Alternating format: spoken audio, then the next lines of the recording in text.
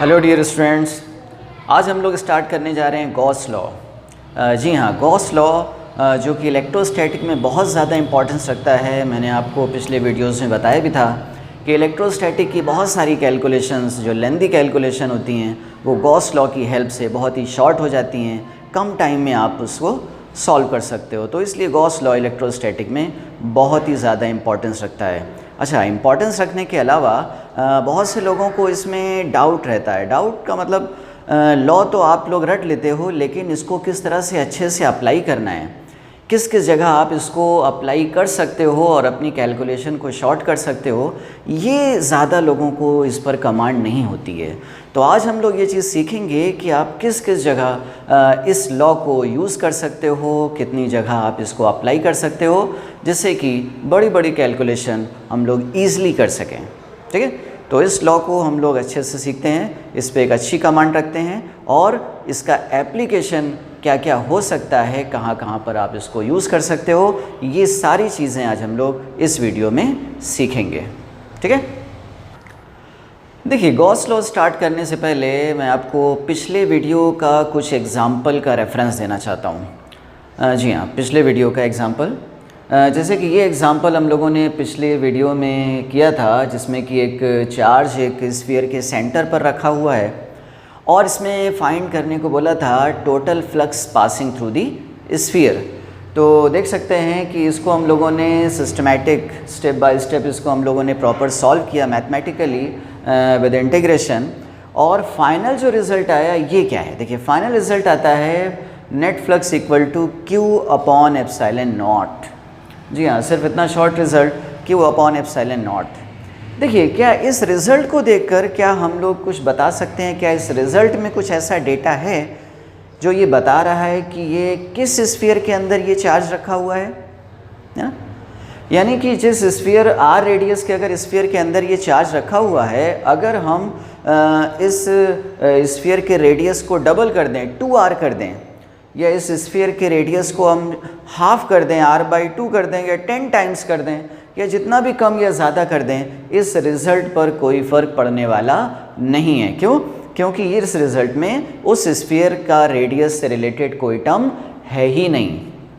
ठीक है, तो यानी कि जो नेट फ्लक्स इस स्फीयर से पास हो रहा है वो इस स्फीयर के साइज़ पर डिपेंड नहीं करता। ये बहुत इंपॉर्टेंट चीज़ है। इस स्फीयर से पास होने वाला फ्लक्स इस स्फीयर के साइज़ पर डिपेंड नहीं करता है। और साथ ही साथ क्या इस रिज़ल्ट में ये इन्फॉर्मेशन भी है कि ये चार्ज एक स्फीयर के अंदर रखा हुआ है? जी हाँ, इस रिज़ल्ट में ये भी इन्फॉर्मेशन नहीं है कि ये किस शेप के क्लोज्ड बॉडी के अंदर रखा हुआ है।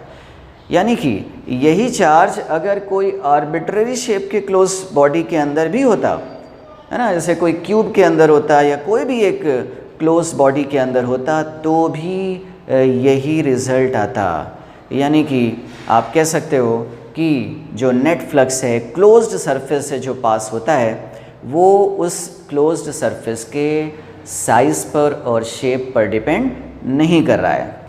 तो अगर एक स्फीयर से पास होने वाला फ्लक्स उस स्फीयर के साइज़ पर डिपेंड नहीं करता है ना, तो हम लोग किसी भी साइज़ का अगर स्फीयर ले लें, उससे सेम फ्लक्स पास होगा। जैसा कि देख सकते हैं, जो फ्लक्स इस छोटे वाले स्फीयर से पास होगा, स्फीयर 1 से, वही फ्लक्स स्फीयर 2 से भी पास होगा, वही फ्लक्स स्फीयर 3 से भी पास होगा। अच्छा, एक चीज़ और मैं आपको इस रिज़ल्ट के बारे में बताना चाहता हूँ, क्यों ऐसा आ रहा है। जो फ्लक्स स्फीयर 1 से पास हो रहा है, वही फ्लक्स 2 से भी, वही 3 से भी पास हो रहा है। याद होगा, इलेक्ट्रिक फ्लक्स की एक डेफिनेशन हम लोगों ने और सीखी थी। क्या डेफिनेशन थी वो? It is the count of number of lines passing through surface, है ना। तो आप देख सकते हैं, अगर फ्लक्स एक तरह से रिप्रेजेंट करता है count of number of lines को, कि कितनी लाइन्स एक स्फीयर से पास कर रही है, तो फिर यहाँ पर ऑब्वियस है कि जितनी नंबर ऑफ लाइन्स इस इनर वाले स्फीयर से पास करेंगे बाहर आएंगी, उतनी ही नंबर ऑफ लाइन्स मिडल वाले स्फीयर से भी बाहर आएंगी, और उतनी ही नंबर ऑफ लाइन्स आउटर वाले स्फीयर से भी बाहर आएंगी। इसीलिए आप कह सकते हो कि जितना फ्लक्स इनर स्फीयर से पास करेगा, उतना ही फ्लक्स मिडल स्फीयर से भी और उतना ही फ्लक्स आउटर वाले स्फीयर से भी पास करना चाहिए।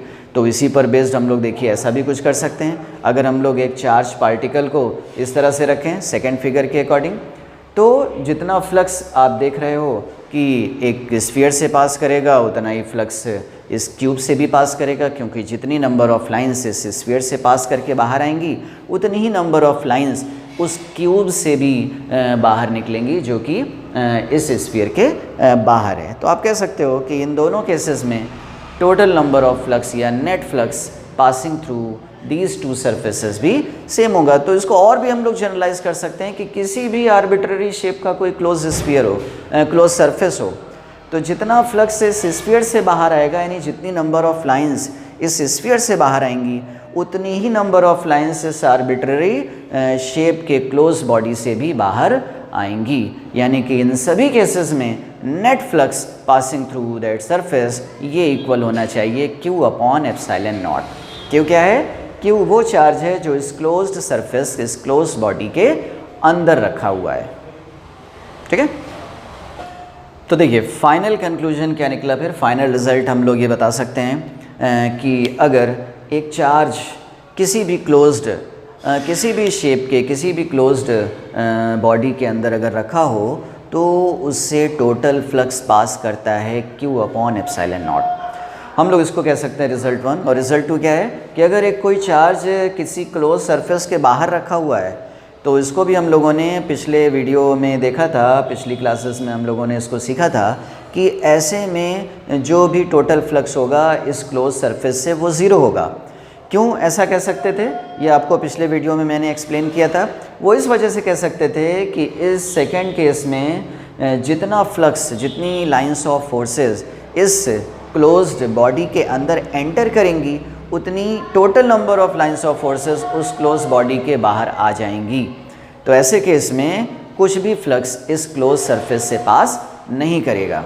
तो अगर हम इसको बोलें रिजल्ट 1 और दूसरे वाले को बोलें रिजल्ट 2, तो रिजल्ट 1 क्या कहता है कि अगर किसी भी क्लोज बॉडी के अंदर कोई चार्ज रखा हुआ है तो नेट फ्लक्स पास करेगा Q अपॉन एप्सिलॉन नॉट, और अगर कोई चार्ज किसी क्लोज बॉडी के बाहर रखा हुआ है तो उस बाहर रखे हुए चार्ज की वजह से उस क्लोज्ड बॉडी से कुछ भी फ्लक्स पास नहीं करेगा, यानी कि टोटल फ्लक्स ज़ीरो होगा।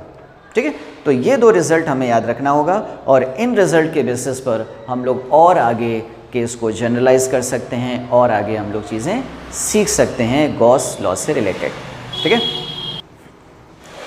तो देखिए इन दोनों रिज़ल्ट को मिलाकर अगर हम लोग एक ऐसी सिचुएशन को अगर हम लोग देखें जिसमें कि कुछ चार्ज एक क्लोज बॉडी के अंदर रखा हुआ है और कुछ चार्ज इस क्लोज बॉडी के बाहर रखा हुआ है, तो उन दोनों रिज़ल्ट को अगर हम लोग इस सिचुएशन में अप्लाई करें तो हम कह सकते हैं कि बाहर रखे हुए चार्ज की वजह से नेट फ्लक्स ज़ीरो होगा और अंदर रखे हुए चार्ज की वजह से, है ना, नेट फ्लक्स को आप उस चार्ज की हेल्प से कैलकुलेट कर सकते हैं। अगर Q1 इस स्फीयर के इस किसी भी शेप के बॉडी के बाहर रखा हुआ है तो Q1 की वजह से इस क्लोज बॉडी से नेट फ्लक्स ज़ीरो होगा, Q2 की वजह से net flux Q2 upon epsilon not और Q3 की वजह से net flux Q3 upon epsilon naught. यानी कि जो टोटल फ्लक्स पास करेगा इस क्लोज बॉडी से वो हो जाएगा Q2 plus Q3 by epsilon not.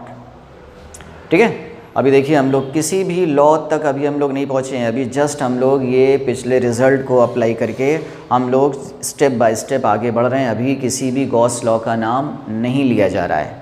अब देखिए इसी रिज़ल्ट को हम लोग गॉस लॉ में कन्वर्ट करेंगे। कैसे? तो इस सिचुएशन को देखिए, तो इसमें ऐसा कुछ है कि Q1 जो कि बाहर है तो उसकी वजह से कोई भी फ्लक्स नहीं है और Q2 और Q3 की वजह से ही सिर्फ फ्लक्स होगा और वो होगा total Q2 plus Q3 by epsilon not. ये Q2 और Q3 चार्ज क्या है? Q2 और Q3 को कंबाइंड फॉर्म में हम लोग कह सकते हैं Q इन, यानी total charge inside the closed surface.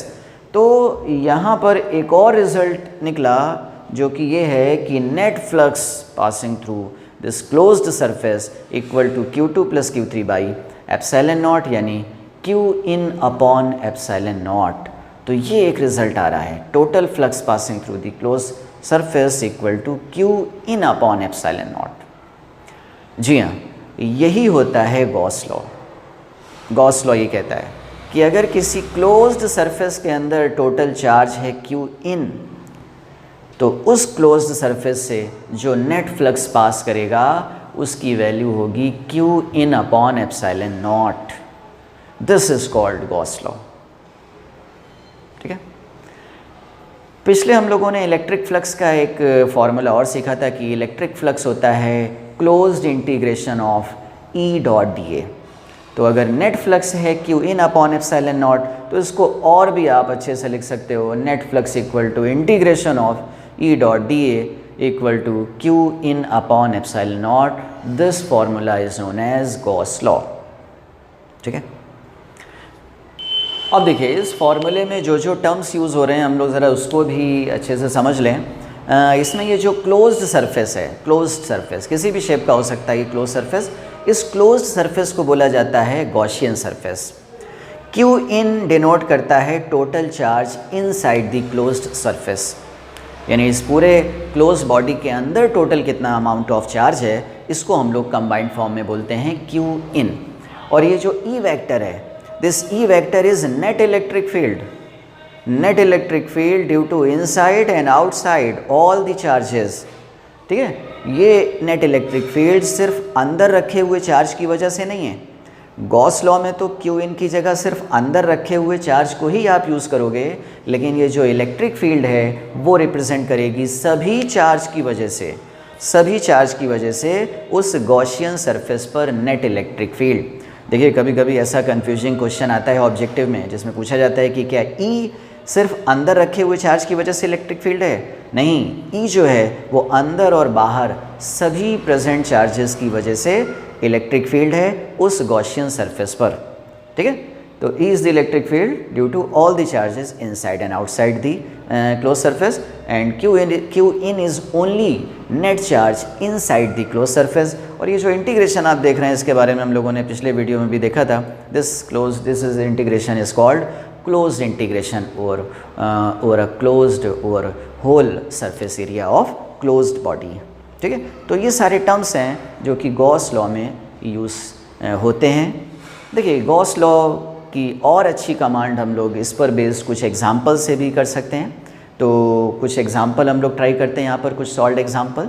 ठीक है, देखिए पहला एग्जाम्पल हम लोग देख सकते हैं, जैसे कि एक स्फीयर है, क्लोज्ड स्फीयर, इसके अंदर कुछ चार्ज है और कुछ चार्ज इसके बाहर भी रखे हुए हैं। पूछा जा रहा है कि सभी चार्जेस की वजह से इस स्फीयर से कितना टोटल फ्लक्स पास होगा।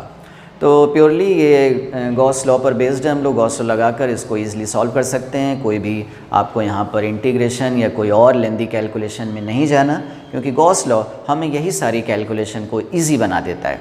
तो गॉस लॉ क्या कहता है कि किसी भी क्लोज सरफेस से जो नेट फ्लक्स पास होता है वो उसके अंदर रखे हुए टोटल चार्ज पर डिपेंड करता है। तो देख सकते हैं भले यहाँ पर कुछ चार्ज इस स्फीयर के बाहर हों और कुछ चार्ज इस स्फीयर के अंदर हों, लेकिन इस स्फीयर से जो भी नेट फ्लक्स पास करेगा उसमें सिर्फ और सिर्फ इसके अंदर रखे हुए चार्ज का ही कंट्रीब्यूशन होगा। तो आप कह सकते हो net flux equal to total net charge inside the sphere upon epsilon naught. तो इस तरह से आप नेट फ्लक्स इस केस में निकाल सकते हो। ठीक है, देखिए सेकंड एग्जांपल अगर हम लोग देखें तो सेकंड एग्जांपल में कुछ एक चार्ज रखा हुआ है इस हेमीस्फीयर, ये ओपन हेमीस्फीयर है, ये क्लोज्ड नहीं है, इसकी जो सरफेस है प्लेन वाली वो नहीं है, ये सिर्फ हेमीस्फीयर है। तो ये एक ओपन हेमीस्फीयर है और इसके सेंटर पर एक Q चार्ज रखा हुआ है और ये पूछा जा रहा है कि इस हेमीस्फीयर से टोटल कितना फ्लक्स पास करेगा। तो देख सकते हैं यहाँ पर क्योंकि ये क्लोज्ड हेमीस्फीयर नहीं है तो इस हेमीस्फीयर में सिर्फ कर्व्ड सरफेस है, ये कर्व्ड सरफेस, इसकी ऊपर की सरफेस ओपन है, खुली हुई है। तो हमें सिर्फ कर्व्ड सरफेस से कितना टोटल फ्लक्स पास कर रहा है ये हमें कैलकुलेट कर। तो इसमें भी अगर हम लोग गॉस लॉ अप्लाई करने की कोशिश करें तो गॉस लॉ तो एक क्लोज सरफेस के लिए होता है और यहाँ पर ये ओपन है। तो कुछ हमें ऐसा करना होगा कि गॉस लॉ भी इसमें अप्लाई हो जाए और ये क्वेश्चन भी सॉल्व हो जाए। तो कुछ ऐसा किया जाए कि अगर ये हाफ स्फीयर है तो क्यों ना हम इसको ऊपर का एक अपर हेमीस्फीयर अपनी तरफ से इसको कवर कर दें और इसको एक फुल स्फीयर में कन्वर्ट कर लें। तो अगर आप इसको फुल स्फीयर में कन्वर्ट कर लोगे तो अब ये जो चार्ज पार्टिकल था वो इस स्फीयर के सेंटर पर आ जाएगा और ये स्फीयर कंप्लीट हो जाएगा, क्लोज हो जाएगा। और क्योंकि चार्ज पार्टिकल इस स्फीयर के सेंटर पर है, तो ये दोनों हेमीस्फीयर यानी कि अपर हेमीस्फीयर जो हमने अपनी तरफ से माना और लोअर हेमीस्फीयर जो कि क्वेश्चन में दे रखा था, ये चार्ज पार्टिकल उन दोनों हेमीस्फीयर के रेस्पेक्ट में सिमेट्रिकली होगा, मिड में होगा। तो इससे फ़ायदा ये होगा कि जो भी टोटल फ्लक्स इस पूरे स्फीयर से पास करेगा वो आधा आधा डिवाइड हो जाएगा दोनों हेमीस्फीयर में, ठीक है। और हमें पता है कि एक क्लोज सरफेस के अंदर अगर Q अमाउंट का चार्ज हो तो पूरे स्फीयर से कितना फ्लक्स पास करता है, तो पूरे स्फीयर से कितना फ्लक्स पास करता है, यस, Q/ε0। तो आधे लोअर हेमीस्फीयर से कितना फ्लक्स पास करेगा, इस पूरे फ्लक्स का हाफ यानी कि Q/ε0, इसका भी हाफ यानी Q/2ε0। तो इस तरह से हम लोग इस हेमीस्फीयर से कितना फ्लक्स पास करेगा इसको भी बता सकते हैं गॉस लॉ की हेल्प से। तो इस तरह से हम लोग क्वेश्चन को कन्वर्ट करते हैं, जो भी सिचुएशन दे रखी होती है हम कोशिश करते हैं कि इसमें हम क्या करें ऐसा जिससे कि ये गॉस लॉ के मेथड से ये सॉल्व हो जाए। एक क्लोज्ड सरफेस बनाकर आप इसको सॉल्व कर सकते हैं इस तरह से, ठीक है। देखिए नेक्स्ट एग्जांपल हम लोग देखते हैं। देखिए नेक्स्ट एग्जांपल में जैसे कि एक चार्ज रखा हुआ है क्लोज्ड हेमीस्फीयर के सेंटर पर। देखिए इस बार एक चार्ज है क्लोज्ड हेमीस्फीयर के सेंटर पर। तो अगर ये क्लोज्ड हेमीस्फीयर है और एक चार्ज इसके सेंटर पर रखा हुआ है तो ऐसी सिचुएशन में पूरा का पूरा चार्ज इस क्लोज्ड हेमीस्फीयर के अंदर नहीं आएगा, ठीक है। क्योंकि गॉस लॉ जब हम लोग अप्लाई करते हैं तो इस बात का ध्यान देते हैं कि क्लोज बॉडी के क्लोज सरफेस के अंदर अंदर कितना चार्ज है। और अगर ये हेमीस्फीयर है और एक चार्ज इसके सेंटर पर है तो क्या आप समझ सकते हैं कि अब पूरा चार्ज इसके अंदर होगा। आप ऐसा समझें कि एक चार्ज एक तरह की एक बॉल है और अगर एक बॉल को हेमीस्फीयर के सेंटर पर रखा जाए तो क्या उस बॉल का पूरा पार्ट इसके अंदर रहेगा? नहीं। कितना पार्ट रहेगा उस बॉल का हेमीस्फीयर के अंदर? आधा पार्ट रहेगा उस बॉल का हेमीस्फीयर के अंदर। यानी कि इस पूरे Q चार्ज का हाफ पोर्शन इस हेमीस्फीयर के अंदर लाई कर रहा है। यानी कि Q इन को आप कह सकते हो इस केस में Q/2। और अगर Q इन की वैल्यू आपको पता चल गई तो आप सिंपली बता सकते हो कि इस पूरे हेमीस्फीयर से, पूरे क्लोज्ड हेमीस्फीयर से कितना फ्लक्स पास करेगा। सिंपली गॉस लॉ अप्लाई कर सकते हैं, ठीक है। तो गॉस लॉ अप्लाई करें तो net flux passing through total hemisphere will be equal to Q/2/ε0, that is Q/2ε0, ठीक है। देखिए नेक्स्ट एग्जांपल की अगर हम लोग बात करें तो नेक्स्ट एग्जांपल में दे रखा है कि एक प्लेट है, एक स्क्वायर प्लेट जिसकी साइड लेंथ है A क्रॉस, जिसकी साइड लेंथ है A, और इस प्लेट से A/2 की दूरी पर इस प्लेट की सेंट्रल लाइन से, जो कि इस प्लेट के परपेंडिकुलर भी है, इस लाइन पर A/2 की दूरी पर एक चार्ज पार्टिकल रखा हुआ है। और हमसे पूछा जा रहा है कि इस चार्ज की वजह से इस पूरी प्लेट से, इस स्क्वायर प्लेट से कितना फ्लक्स पास करेगा। तो फिर से देखिए यहाँ पर तो कोई क्लोज सरफेस है ही नहीं, यहाँ पर तो सिंपल एक प्लेट है, एक एरिया है, एक ओपन में एक प्लेट है। यहाँ पर कोई क्लोज सरफेस बन ही नहीं रहा है। तो क्या ये गॉस लॉ पर बेस नहीं है? यहाँ पर क्या हम लोग गॉस लॉ नहीं लगा सकते हैं? क्या पूरा हमें इसको स्टेप बाय स्टेप इंटीग्रेशन वाले मेथड से सॉल्व करना होगा? जी नहीं, आप उसे भी कर सकते हैं, लेकिन क्योंकि हम लोग गॉस लॉ पढ़ चुके हैं और गॉस लॉ वो सारे कैलकुलेशन को और सिंपल बनाता है। लेकिन गॉस लॉ के लिए इम्पॉर्टेंट क्या चीज़ है? एक क्लोज्ड सरफेस। तो यहाँ पर तो सिर्फ एक प्लेट है, तो हमें कुछ ना कुछ ऐसा सोचना होगा, अपनी तरफ से कुछ चीज़ें बनानी पड़ेंगी जिससे कि ये एक क्लोज्ड सरफेस में कन्वर्ट हो जाए। तो सोचिए ऐसा क्या करें गिवन अरेंजमेंट के हिसाब से कि ये पूरा जो सरफेस है वो एक क्लोज में कन्वर्ट हो जाए। तो क्या हम लोग यहाँ पर एक चीज़ ये देख सकते हैं कि अगर एक क्यूब हम लोग कंसीडर करें जिसकी साइड लेंथ हो A, तो क्या ये प्लेट एरिया, ये जो सिंपल प्लेट थी, वो क्या उस क्यूब का एक फेस होगा? ठीक है। और ऐसे केस में वो जो चार्ज दे रखा था वो उस क्यूब के सेंटर पर लाई करने लगेगा, ठीक है। तो इस तरह से हम लोग गिवन क्वेश्चन को गॉस लॉ में कन्वर्ट कर सकते हैं, है ना। एक क्लोज सरफेस तक पहुंच सकते हैं जिससे कि गॉस लॉ उसमें अप्लाई कर सकते हो, जिससे कि क्वेश्चन को इजी बनाया जा सके, ठीक है। गॉस लॉ में कन्वर्ट नहीं करेंगे तो फिर ये आपका वो जो हम लोगों ने इलेक्ट्रिक फ्लक्स सॉल्व किया था पिछले वीडियो में, step by step integration method, वो पूरा प्रोसीजर अप्लाई करना पड़ेगा। ठीक है। तो गॉस लॉ हमें ये सारी कैलकुलेशन को सिंपल बनाता है, लेकिन इसके लिए एक क्लोज सरफेस का होना ज़रूरी है, और इस गिवन सिचुएशन में हम इस तरह से एक क्लोज सरफेस अज्यूम कर सकते हैं। ठीक है। तो अगर एक क्यूब कंसीडर करें तो वो जो गिवन प्लेट थी वो इस क्यूब का वन ऑफ इट्स फेसेस होगा, और उस फेस से हम लोग फ्लक्स निकाल सकते हैं। तो देखिए गॉस लॉ अगर हम लोग अब इस क्यूब में अप्लाई करें तो गॉस लॉ ये कहता है कि क्लोज सरफेस के अंदर अगर कुछ चार्ज है तो उस पूरे क्लोज सरफेस से कितना फ्लक्स बाहर आएगा, Q अपॉन एप्सिलॉन नॉट। ठीक है। तो यहाँ पर भी इस क्यूब से कितना फ्लक्स बाहर आएगा, Q अपॉन एप्सिलॉन नॉट। अब क्योंकि ये चार्ज इस क्यूब के सेंटर पर है, इस क्यूब के सेंटर पर वो चार्ज है, और ऐसे केस में ये जो क्यूब की सारी फेसेस हैं वो उस चार्ज से इक्विडिस्टेंट हैं, सिमेट्रिक सिस्टम है यहाँ पर। तो अगर सिमेट्रिक सिस्टम है तो इस चार्ज से निकलने वाली जो फील्ड लाइंस हैं वो सभी फेस पर इक्वल पड़ेंगी, यानी इस चार्ज की वजह से जो फ्लक्स होगा वो इस सभी 6 फेसेस में इक्वली डिस्ट्रीब्यूट हो जाएगा, इक्वली डिवाइड हो जाएगा। तो अगर इस पूरे फुल क्यूब से Q अपॉन एप्सिलॉन नॉट का फ्लक्स निकल रहा है तो इसके एक फेस से कितना फ्लक्स बाहर आएगा, Q upon epsilon not divided by 6, यानी कि एक प्लेट से कितना फ्लक्स बाहर आएगा, Q अपॉन 6 एप्सिलॉन नॉट। ठीक है। तो ये इसका आंसर हो गया कि एक प्लेट से जिससे कि कुछ दूरी पर चार्ज है तो कितना फ्लक्स बाहर आएगा। तो हम लोगों ने इस क्वेश्चन को इस तरह से कन्वर्ट करके सोचा और इसके आंसर तक ईजिली पहुंच पाए बिना कोई इंटीग्रेशन लगाए। सिंपल गॉस लॉ लगाकर आप इस क्वेश्चन के आंसर तक पहुंच सकते हैं। ठीक है। देखिए नेक्स्ट क्वेश्चन की ओर मूव करें। तो नेक्स्ट क्वेश्चन में ये दे रखा है कि एक क्यूब है जिसकी साइड लेंथ a है, और इस क्यूब के इस बार कॉर्नर पर एक चार्ज पार्टिकल रखा हुआ है। फिर से देखिए नया चैलेंज, एक क्यूब है, इसके कॉर्नर पर एक चार्ज रखा हुआ है। पिछले वाले क्वेश्चन में एक क्यूब के सेंटर पर था चार्ज, ठीक है। तो यहाँ पर रखा हुआ है क्यूब के कॉर्नर पर, और हमसे ये पूछा जा रहा है कि इसकी इस गिवन फेस से कितना फ्लक्स बाहर आएगा जो कि शेडेड है, इस शेडेड वाले फेस से कितना फ्लक्स बाहर आएगा। तो फिर से देखिए सोचने वाली बात है, क्योंकि यहाँ पर जो चार्ज है वो इसके सेंटर पर नहीं है, जिससे कि सभी फेस से इक्वल फ्लक्स बाहर आएगा। तो इस बार सभी फेस से इक्वल फ्लक्स बाहर नहीं आएगा, क्योंकि ये चार्ज एसिमेट्रिकली रखा हुआ है, सिमेट्रिकली नहीं है। और दूसरी बात, एक और प्रॉब्लम वाली बात क्या, कि पूरा का पूरा चार्ज इस क्यूब के अंदर भी नहीं है। तो अगर पूरा चार्ज क्यूब के अंदर नहीं है तो आप क्यू इन को क्यू नहीं ले सकते हो, और पूरा चार्ज इस क्यूब के सेंटर पर नहीं है तो सभी फेस से इक्वल फ्लक्स बाहर नहीं आएगा। यानी कि दो तरह के यहाँ पर हमारे पास प्रॉब्लम है।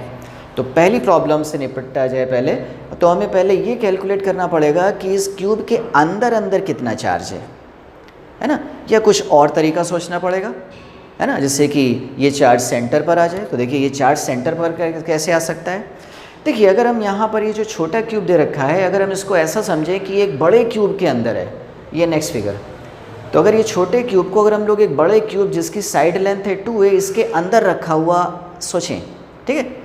तो अगर ऐसा सोचा जाए तो क्या आप कह सकते हो कि इस बड़े वाले जिसकी साइड लेंथ 2 है, ये चार्ज उस बड़े क्यूब के एग्जैक्टली मिड में, यानी क्या सेंटर पर आ जाएगा?